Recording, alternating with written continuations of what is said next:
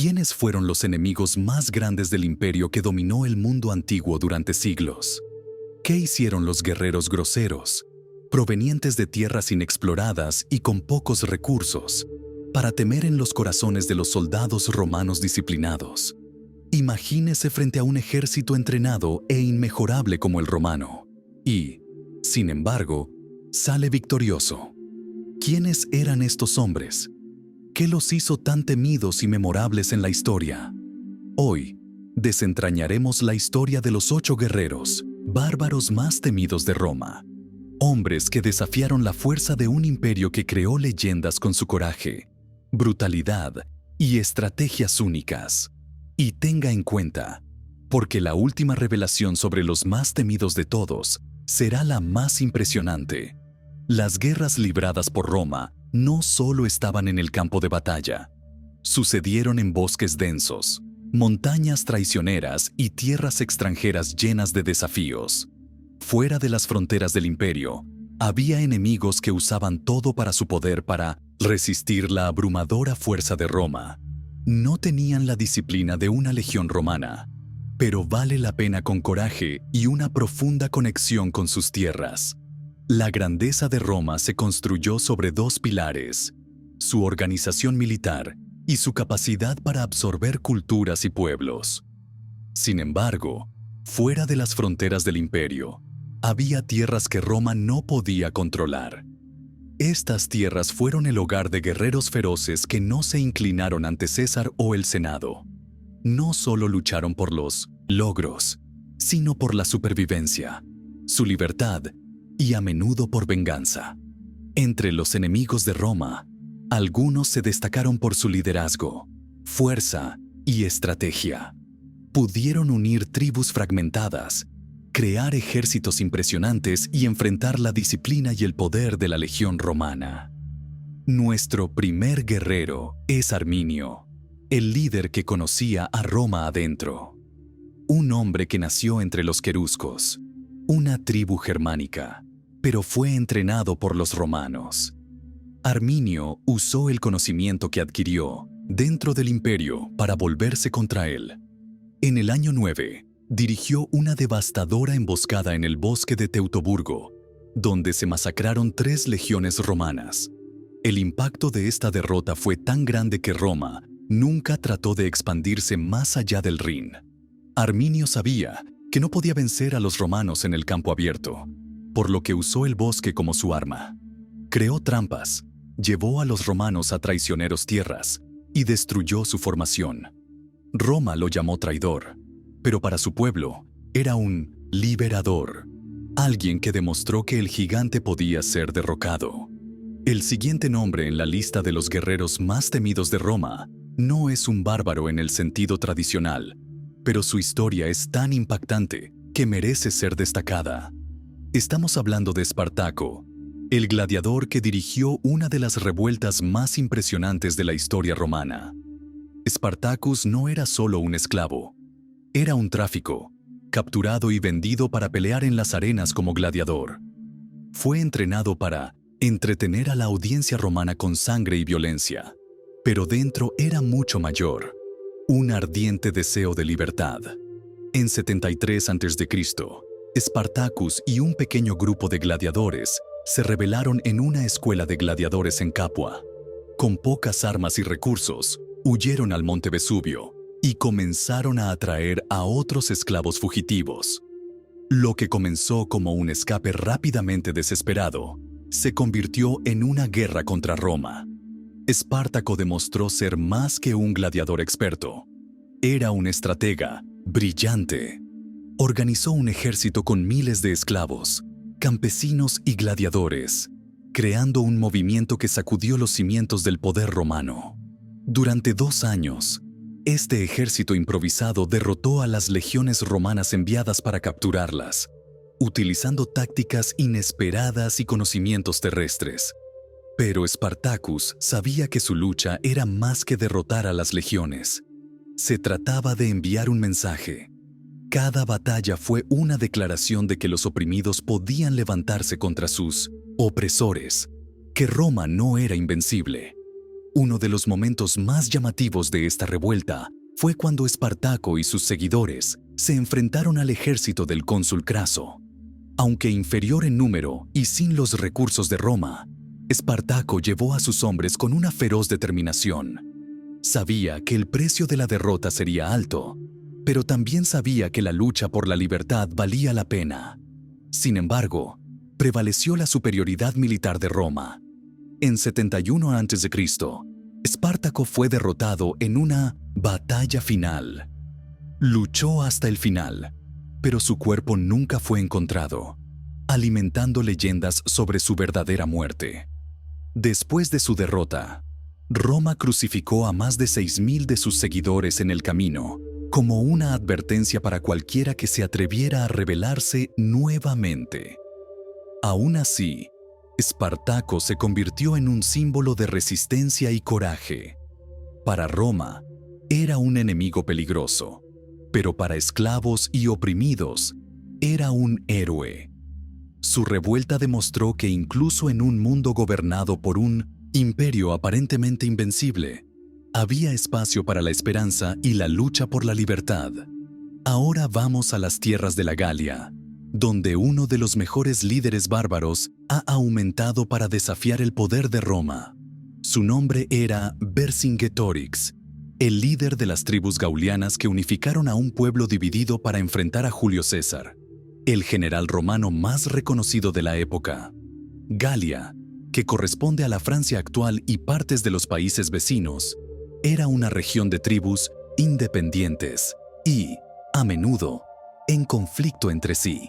Cuando Julius César comenzó su campaña para ganar Gaul, encontró poca resistencia inicial, pero cambió cuando Vercingetorix surgió como líder, uniendo a las tribus en una alianza que pondría a Roma a la prueba.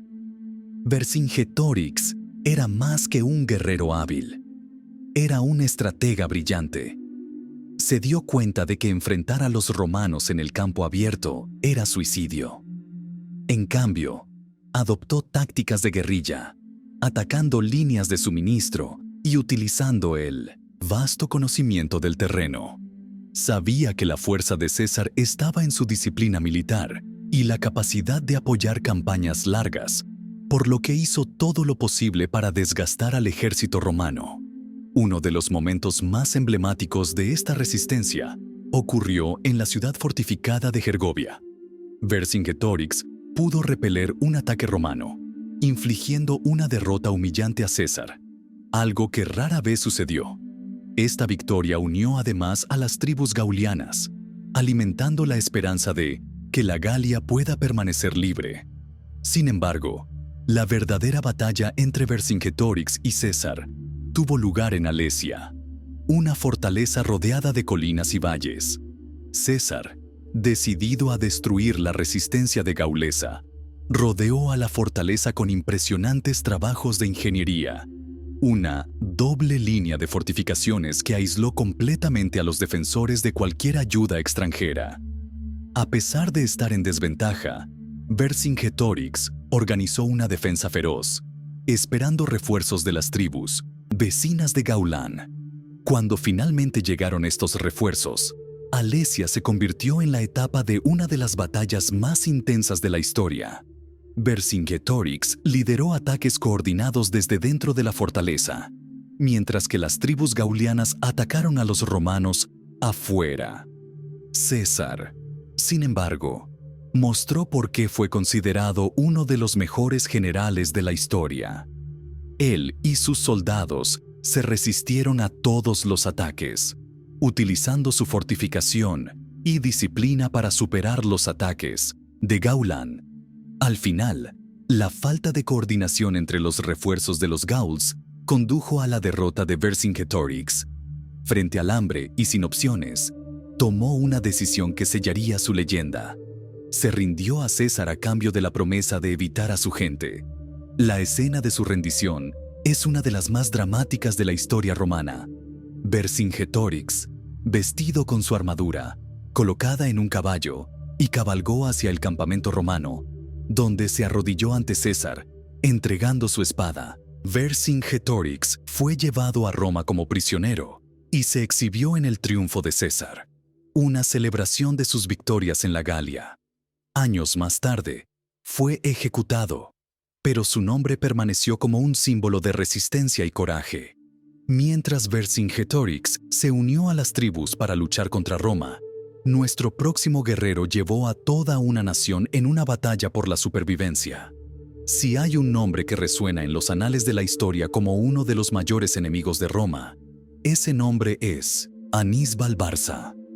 El general cartaginés, hijo de Amílcar Barca, fue el hombre que desafió el poder romano de una manera que ningún otro manejó, llevando la guerra al corazón del imperio y dejando cicatrices que Roma nunca olvidaría. Cartago, ubicada en el norte de África, fue uno de los mejores rivales de Roma. Después de la Primera Guerra Púnica, en la que Roma salió victorioso, el odio entre los dos poderes creció aún más. Aníbal heredó no solo las habilidades de un estratega brillante de su padre, sino también un profundo deseo de venganza contra Roma.